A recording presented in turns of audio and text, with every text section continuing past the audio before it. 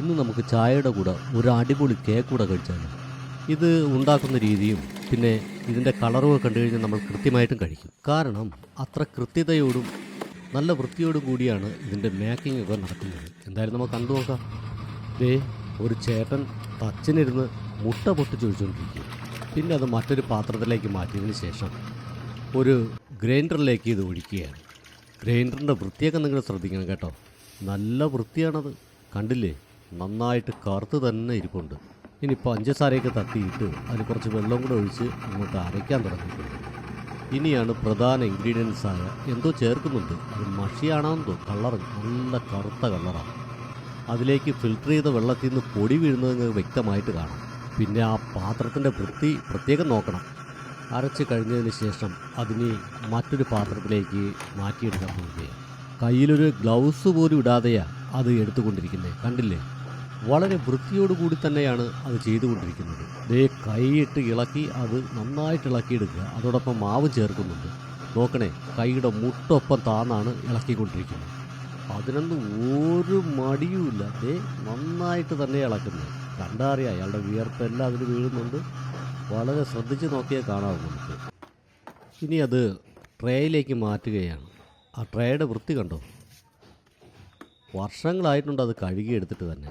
അതിലേക്ക് ആദ്യത്തെ ചേരുവ ചേർത്തുകൊണ്ടിരിക്കുന്നു. ഇനിയിപ്പോൾ ഇതാ രണ്ടാമത്തതും അതിലേക്ക് ഒഴിച്ചുകൊണ്ടിരിക്കുകയാണ്. നോക്കൂ, അതും കൈകൊണ്ട് തന്നെ ചെയ്യുകയാണ്. ഒരു ഗ്ലൗസ് പോലും ഇല്ല. ഒരു ഷീറ്റ് പോലും ഇടാത്ത ആ തറയിൽ നിന്നും ഒരു മൂടിയെടുത്ത് അത് നന്നായിട്ട് അടയ്ക്കുകയാണ്. ആ പൊടിയെല്ലാം അതിനകത്ത് വീഴുന്നുണ്ട്. വളരെ വൃത്തിഹീനമായിട്ടുള്ള സ്ഥലത്താണ് ഇതെല്ലാം ചെയ്യുന്നതിൻ്റെ ഓർമ്മ. ഇനി അതൊരു തട്ടിലേക്ക് മാറ്റിയതിന് ശേഷം അത് നന്നായിട്ട് ഹീറ്റാക്കാൻ പോവുകയാണ്. അതിനകത്ത് കണ്ടോ, അത് വളരെ ശ്രദ്ധിച്ച് നോക്കിയാൽ നമുക്ക് മനസ്സിലാകും. അതിനകത്ത് തള്ളി വെച്ചതിന് ശേഷം ആ കടച്ചു. ആ കടകിൻ്റെയൊക്കെ വൃത്തി കണ്ട. അയ്യോ, ഇനി അത് ഹീറ്റ് ചെയ്യാൻ തുടങ്ങി. ഇനിയിപ്പോൾ അയാളുടെ കയ്യിൽ ഗ്ലൗസൊക്കെ ഇട്ടിട്ടുണ്ട്, കണ്ടില്ലേ, അത് തന്നെ കറുത്തിരിക്കുക. ഇനി അതിൽ നിന്നും പുറത്തേക്ക് എടുത്ത് കൊണ്ടുവന്നതിന് ശേഷം ഇനി അതിൻ്റെ അടപ്പെല്ലാം മാറ്റി തുടങ്ങി. ഇപ്പം നന്നായിട്ടത് വെന്തിട്ടുണ്ട്, പാകമായെന്നാണ് തോന്നുന്നത്.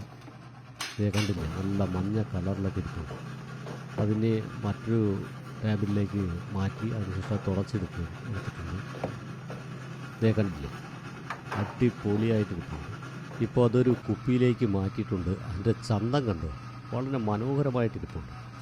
ഇതൊക്കെയാണ് നമ്മൾ കുട്ടികൾക്ക് വാങ്ങിക്കൊടുത്ത് നമ്മളും കഴിച്ച് വല്ലാത്ത രോഗങ്ങളൊക്കെ വാങ്ങി കൂട്ടുന്നത്.